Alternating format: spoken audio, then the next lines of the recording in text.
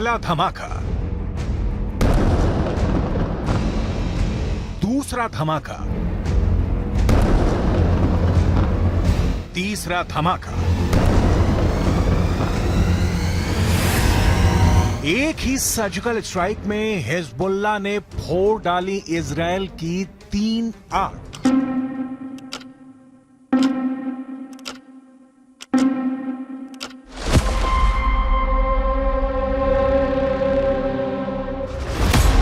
पहली आंख, दूसरी आंख, तीसरी आंख। हिजबुल्लाह ने मिसाइल अटैक करके इजरायल की 3 आंखों को फोड़ दिया। ये मेरान एयर सर्वेलेंस बेस है और यहां इजरायल के रेडार और कम्युनिकेशन सिस्टम थे, जिससे वो लेबनान में हिजबुल्लाह पर नजर गड़ाए रहता था।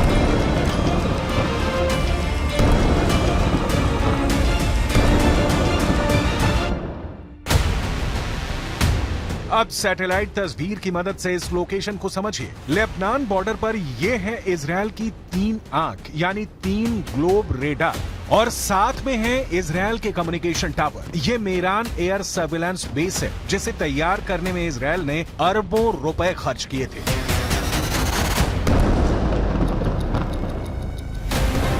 यही वजह है कि लेबनान के हिजबुल्लाह ने इसे अपना सॉफ्ट टारगेट बनाया। बेरूत में हमास के डिप्टी चीफ सालेह अल अरूरी की मौत के बाद यह हिजबुल्लाह का इजरायल पर सबसे बड़ा हमला है।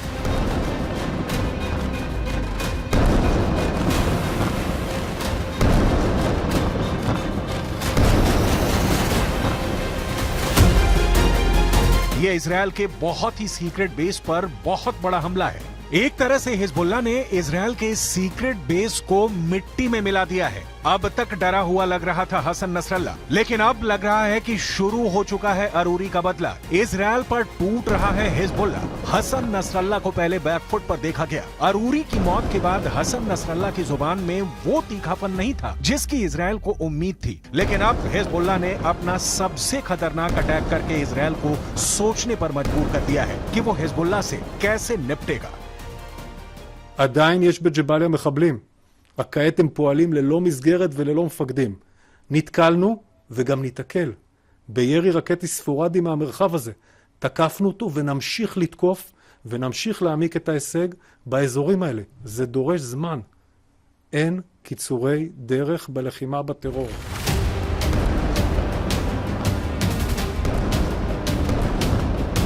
इस वक्त लेबनान और इजरायल के मौत वाले बॉर्डर पर हिजबुल्लाह का पूरा कंट्रोल है। हिजबुल्लाह अब ऐसी मिसाइल फायर कर रहा है जिसके आगे इजरायल के टैंक अपनी तोप रगड़ते हुए नजर आ रहे हैं। हिजबुल्लाह ने निकाली हैं 3 बहुत ही खतरनाक एंटी टैंक मिसाइल और मल्टी बैरल रॉकेट लॉन्चर। ये मिसाइल ईरान से सप्लाई की जाती रही हैं और ऐसी मिसाइलों का हिजबुल्लाह के पास बहुत बड़ा जखीरा है। हिजबुल्लाह 3 तरह की एंटी टैंक गाइडेड मिसाइल इस्तेमाल कर रहा है। ये है कॉर्नेट, इसकी रेंज 5 किलोमीटर तक है। ये रूस की मिसाइल है, लेकिन अब ईरान इसका देसी वर्जन देहलाविया तैयार कर चुका है और ऐसी बहुत सी मिसाइल अब हिजबुल्लाह के पास है। दूसरी है BGM-71 TOW टो anti tank guided missile. Range है 3.5 किलोमीटर। ये अमेरिका में बनी मिसाइल है, लेकिन अब इसकी नकल ईरान तैयार कर रहा है और उसने हिजबुल्लाह को सप्लाई की है। तीसरी है 85 कॉनकोर्स, रेंज 4 किलोमीटर। ये भी रूस ने बनाई है और अब ईरान में ये तोसान नाम से तैयार की जाती है। इन्हीं मिसाइलों से हिजबुल्लाह ने इजरायल के मेरान एयर सर्विलांस बेस पर हमला किया है।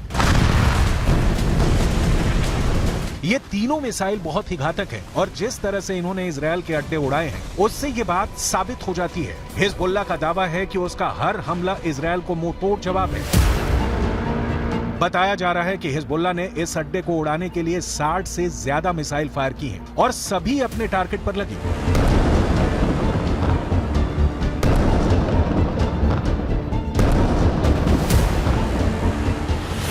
ये मेरान एयर सर्विलांस बेस के अंदर की तस्वीरें हैं जिन्हें बहुत ही सीक्रेट माना जाता है। ये बेस 1967 में बनाया गया था ताकि लेबनान बॉर्डर पर नजर रखी जा सके। इसका कंट्रोल इजरायल की एयरफोर्स के पास है। इस बेस से हवाई टारगेट को भी ट्रैक किया जाता रहा है और रॉकेट और तोप के गोलों को भी ट्रैक किया जाता है ताकि लेबनान बॉर्डर से लगे उत्तरी इजरायल के इलाकों को सुरक्षित रखा जा सके। दक्षिण लेबनान और उत्तरी इजराइल के बीच जो बॉर्डर है वहाँ तनाव बहुत ज्यादा है। कब कहाँ बम फटेगा, कहाँ धमाका होगा, ये या तो हिजबुल्लाह जानता है या फिर इजराइल की सेना। वैसे यहाँ के लोगों को भी पता है कि बहुत जल्दी युद्ध का एपिसेंटर गाजा से निकलकर लेबनान तक पहुँच सकता है। यहाँ तैनात संयुक्त राष्ट्र की सेनाएं भी अलर्ट मोड पर हैं। लगातार पेट्रोलिंग हो रही है। हमास के डिप्टी चीफ सालेह अल अरूरी की मौत के बाद हिजबुल्लाह के सामने बस दो ही विकल्प है, या तो उसे मरना होगा या उसे मारना होगा। यही वजह है कि हिजबुल्लाह ने इजराइल के अड्डों को टारगेट करना तेज कर दिया है। इस वक्त पश्चिम एशिया में युद्ध की जो आग लगी हुई है, गाजा पर बमबारी के बीच हमास और इजराइल के बीच जिस तरह की टक्कर हो रही है, उसमें अब नया खतरा इजराइल और लेबनान बॉर्डर का भी है। यहाँ भड़के शोले अब युद्ध की इस आग को 10 गुना भड़का सकते हैं और अब दुनिया में सिर्फ 4 लोग इसे कंट्रोल कर सकते हैं। पहले हैं इजराइल के प्रधानमंत्री बेंजामिन नेतन्याहू, दूसरे हैं ईरान के राष्ट्रपति इब्राहिम रईसी, तीसरे हैं अमेरिका के राष्ट्रपति जो बाइडेन और चौथे हैं यूरोप से लेकर अमेरिका तक सबको हिला देने वाले रूस के राष्ट्रपति व्लादिमीर पुतिन। इस वक्त सबसे ज्यादा एक्टिव ईरान है। खासकर किरमान में आतंकी धमाकों के बाद ईरान ने हिजबुल्लाह और यमन के हूथी विद्रोहियों को चौकन्ना रहने के लिए कहा है। ईरान ने इन दोनों मिलिशिया तक पहले ही इतने हथियार पहुंचा दिए हैं कि अगर इजराइल ने गाजा पर बमबारी नहीं रोकी तो हिजबुल्लाह और हूथी दोनों इजराइल पर बम बनकर फट सकते हैं। ये बात नेतन्याहू भी जानते हैं। הנחתה את צה"ל לצאת למלחמה כדי לחסל את החמאס, להשיב את חטופינו ולהבטיח שעזה לא תהיה עוד איום על ישראל. אסור לעצור את המלחמה עד שנשיג את כל היעדים הללו.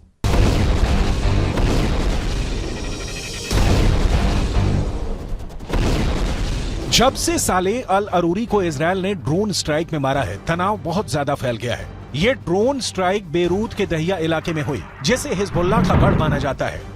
दहिया में जब सालेह अल अरूरी को जब हमास के ऑफिस के करीब देखा गया, तब इजराइल का ड्रोन मौत बनकर टूट पड़ा।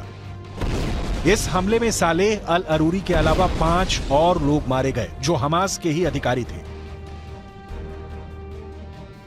सवाल है कि क्या अरूरी की मौत का बदला अब सीधा युद्ध होगा, जिसमें बड़ी लड़ाई इजराइल और हिजबुल्लाह के बीच होगी। ऐसा युद्ध जिसमें इजराइल की तरफ होगा अमेरिका, जबकि हिजबुल्लाह की मदद करेगा ईरान। हालांकि बेंजामिन नेतन्याहू इससे पहले ही बेरूत को गाजा बनाने की धमकी दे चुके हैं।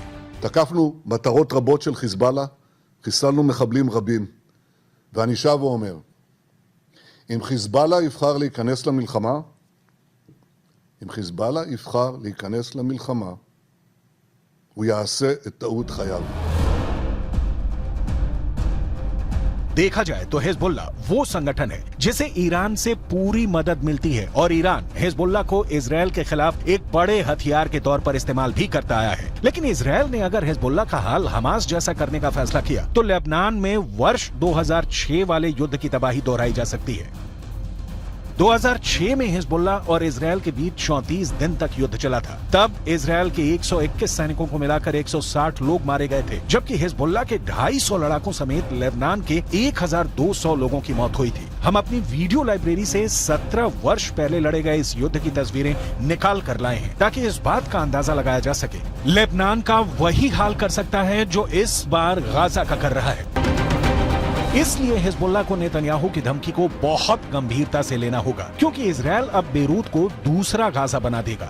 ये वो साफ साफ कह रहा है। इजराइल जानता है कि अरूरी की मौत ने उसका एक दुश्मन खत्म किया है, लेकिन कई और दुश्मन उसके खिलाफ तैयार हो चुके हैं। हमास के चीफ इस्माइल हानिया ने भी कह दिया है कि इजराइल को अरूरी के मर्डर की कीमत चुकानी होगी।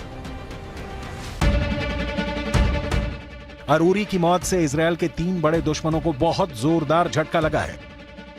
पहला झटका हमास को लगा है, क्योंकि सालेह अल अरूरी इस्माइल हानिया के बाद हमास में दूसरा सबसे बड़ा नाम था।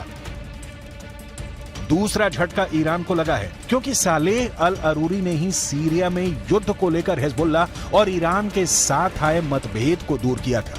तीसरा बहुत बड़ा झटका हिजबुल्लाह को लगा है, क्योंकि इजराइल ने बता दिया है कि अब वो लेबनान की राजधानी बेरूत और हसन नसरुल्लाह के गढ़ को टारगेट करने से पीछे नहीं हटेगा।